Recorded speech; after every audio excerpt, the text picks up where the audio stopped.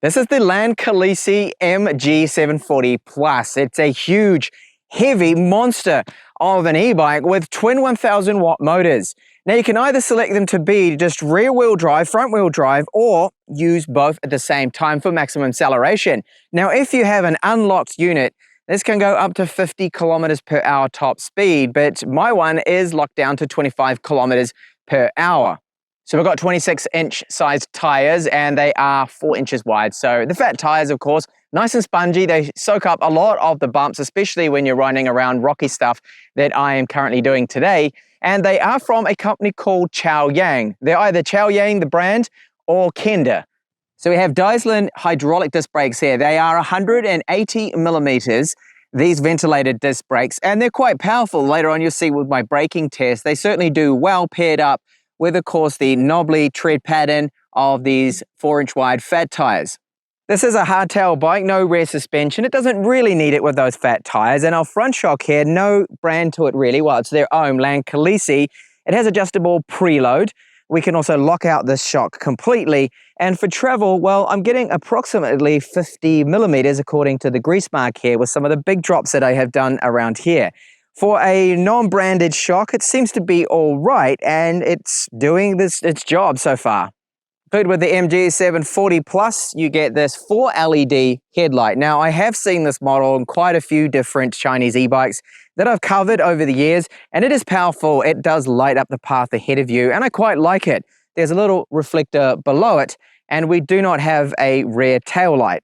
The battery is huge, as you can see. This is 20 amp hours, and it does take about 5 to 6 hours to fully charge it. It has a main switch right here, and there's this little dust-proof cap that goes over where our charging port is. This removable battery is locked into place, and you just simply need to insert the key, of course, turn that, and that then can be removed. You just slide it up like so, and then it comes right out. It even does have its own powered USB port if you need to charge up your phone in an emergency. So the bike is using Shimano's Altus. That's just one up from the absolute bottom level there with Shimano. The chain is a Marva brand one, and our cassette here is from Shimano. We do have 7 gears.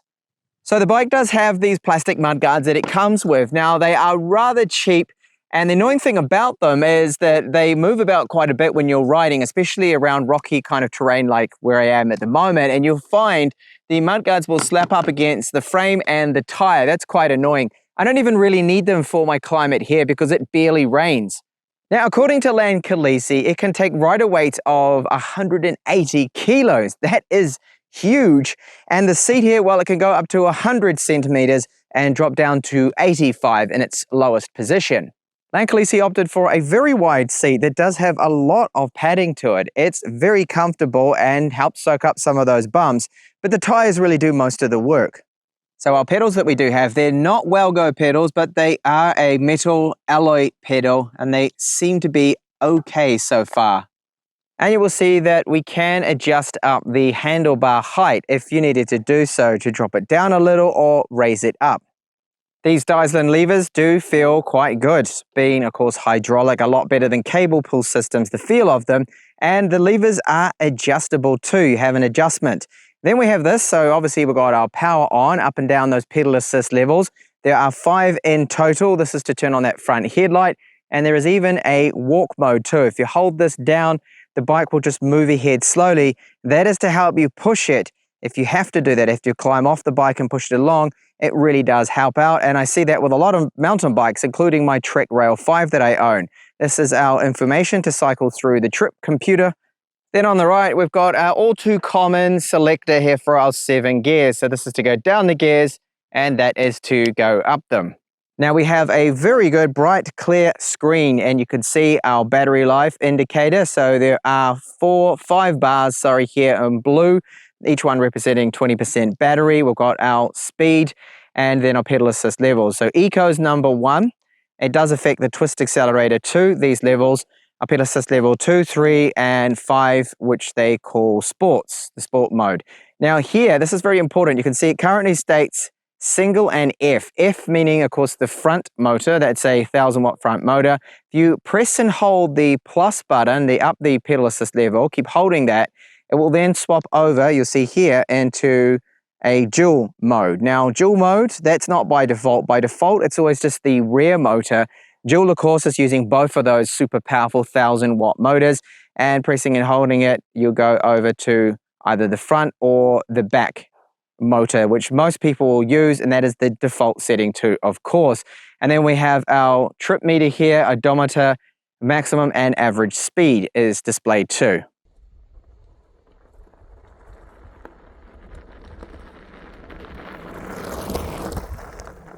Okay, so riding the Lankeleisi, you notice straight away that it is a big, heavy bike. So it's over 40 kilos, and with the front 1000-watt motor, you feel the weight and the shock too of it. But it is a very large frame. For me, it's a large size.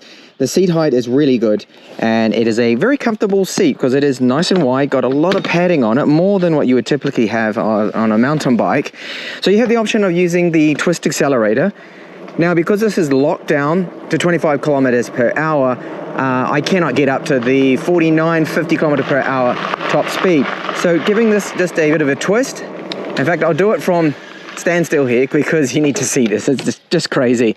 So just pull this now and watch this front wheel. It spins. It's got that much power, and it gets up to that 25 kilometers. Now, that's it. We're there.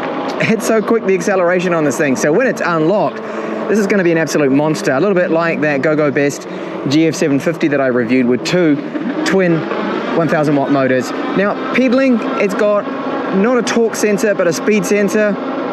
Tends to kick in really quick, and when it does, you really feel it. So with both of those motors, you've got huge amounts of power, and as you'll see later on with my climb test, when I get to that, this thing is a climbing monster. Up to 40-degree climbs it can handle, and it does really well off-road too with those fat tires.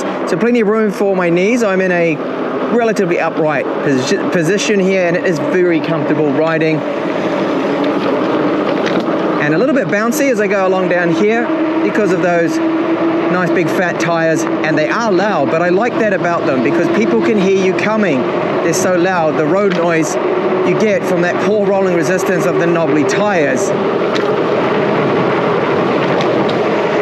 So when you ride the bike and you ride over 25 kilometers per hour with the speed limit enabled, which this one is, it's very hard to get over that 25 kilometers per hour unless you're going downhill, which I am right now. So I can happily cruise along in the top gear here at 36 kilometers per hour.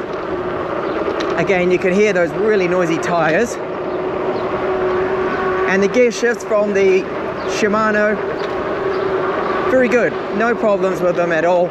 Everything is in line, aligned well, no issues with it, with the gear changes.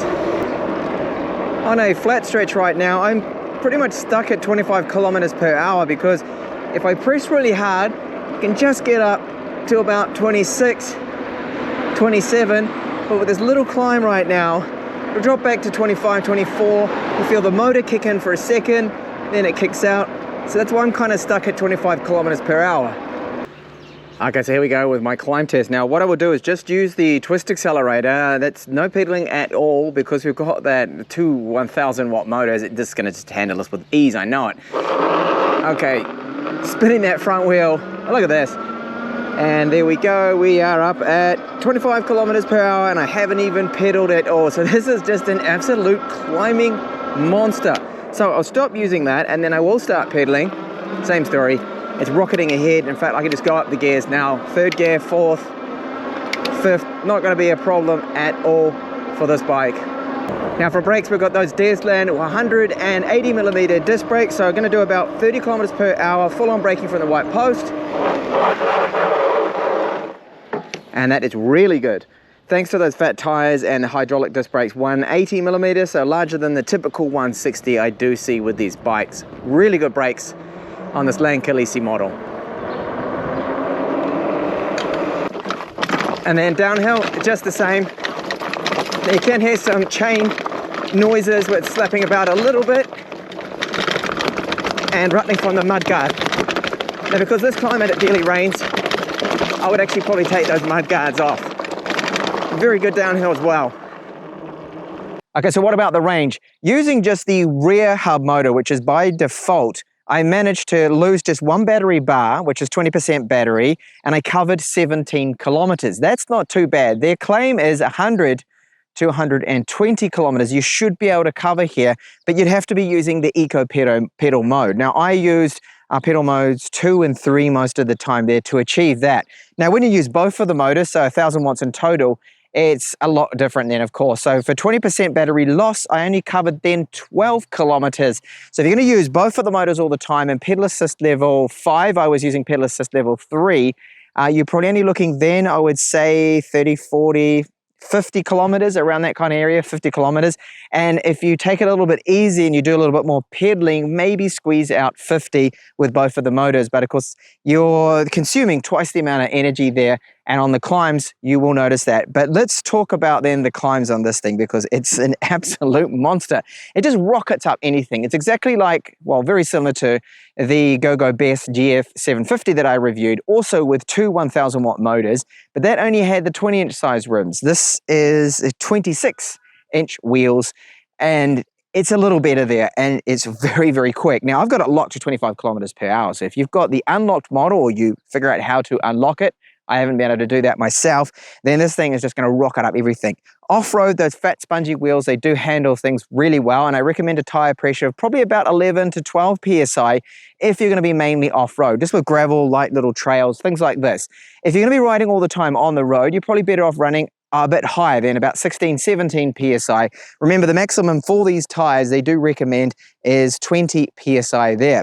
So all up, it is a very good bike, really fun, great braking performance, climbs, top speed can get up to 50 kilometers per hour if you have it unlocked. The big downside to it is, of course, the obvious one, the weight. This thing is heavy, very heavy, with those big wheels, the motor in the front, the very large 20 amp hour battery. We're talking about 45, 46 kilos, 40 kilos or so weight of this bike, or it's nearing 40, sorry, kilos, which is very, very heavy for this type of bike here. So thanks so much for watching my review of the Lankeleisi MG740 Plus.